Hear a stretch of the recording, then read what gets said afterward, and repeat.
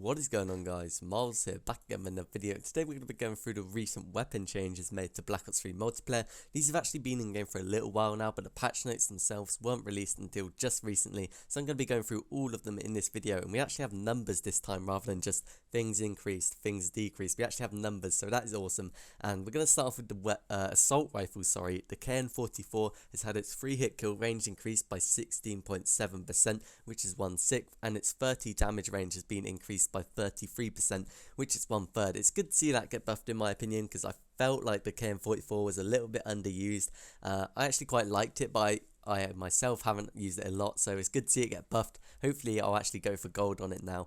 The HVK is a bit of a weird one because it's had a buff and a nerf. Its 4 hit kill range has been increased by 1/3, but its 30 damage range has been decreased by 1/3, so that's pretty weird because I thought the HVK was pretty bad amongst all assault rifles in Black Ops 3, probably one of the worst ones in the game. So I mean, it's good to see it get buffed, but I'm surprised it also got nerfed in some way. But hopefully like the buff will be slightly more like in magnitude than the nerf, so it will become better and used more in multiplayer. Moving on to the ICR, this has also been buffed. Its range has been increased by 1/3, which is pretty significant in my opinion, and I thought the ICR was pretty good, but I never really saw it get used much in multiplayer or competitive CoD, so that's good to see it get buffed a little bit, and I'm especially happy because I like that gun anyway. But the Sheiva has had a buff as well, which is really surprising. Its 2-hit kill range has been increased by 1/3, which once again, like I said, really surprising because I thought this was one of the best assault rifles in the game, and you'd always see in the CoD World League people either ban the Sheiva or ban rapid fire and high caliber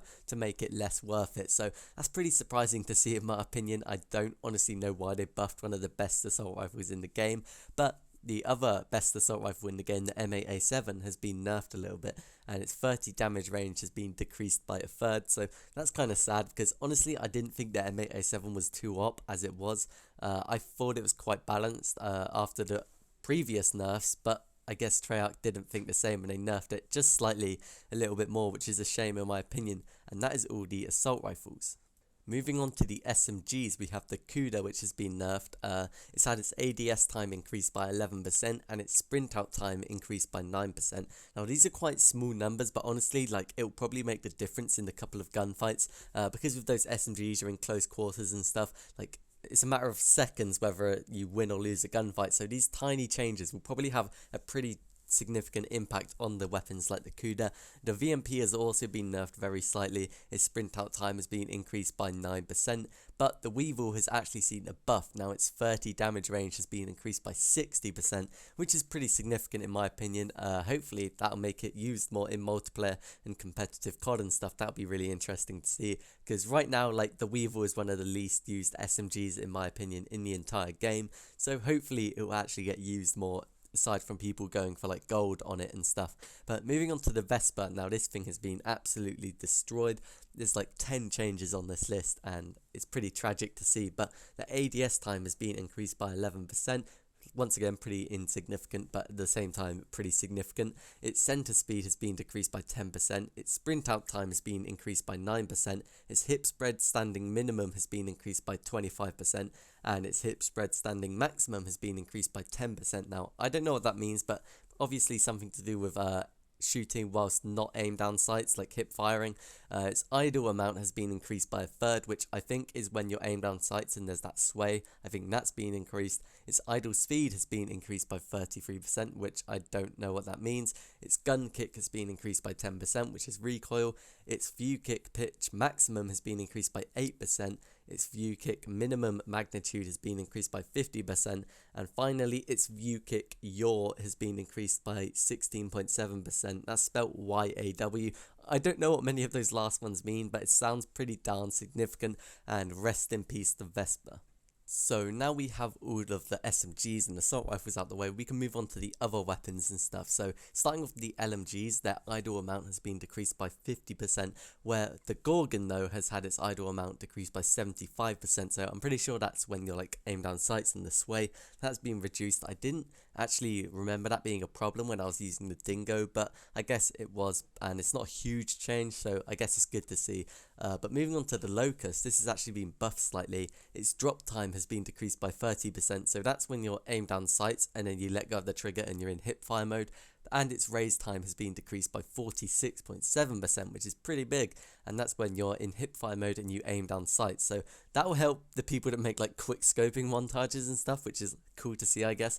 But honestly, I thought the Locus and stuff was pretty balanced in the first place, so I guess it's a bit of a weird change. It's not going to be super impactful, but maybe it will be at the same time. Moving on to the Black Cell, its reload ad time has been increased by 65%, which is pretty significant. That's going to make it a lot harder to destroy the high kill streaks like the Raps Deploy ship, the Hater, and the Mothership, which is a really good thing because honestly the Black Cell was super overpowered. It had like 4 bullets and you could destroy any kill streak in one life with it. So it's good to see it get nerfed in my opinion. Hopefully like my UAVs and stuff are not going to get shot out the sky the second they enter it. Moving on though to the Specialist, the Scythe has had its magazine size decreased by 25%. That goes down from 160 to 120, which I don't think is a huge problem. I never remembered running out of ammo with the Scythe. It was more like running out of time. So that's not a huge change, but I've seen the Scythe get nerfed quite a bit, which is a shame because it's one of my favourite specialists in the game. But moving on to the equipment, this one's really weird. The Combat Axe has had damage increased by 33%. Now, I don't know if this is a troll or like an actual change because obviously the Combat Axe one-hit kills anyway, but this might mean it one-shots people that are the uplink drone carriers or using kinetic armor. So let me know if you guys know what that means, if it's actually a troll or if it actually means something. The Combat Axe has had its damage increased by a third.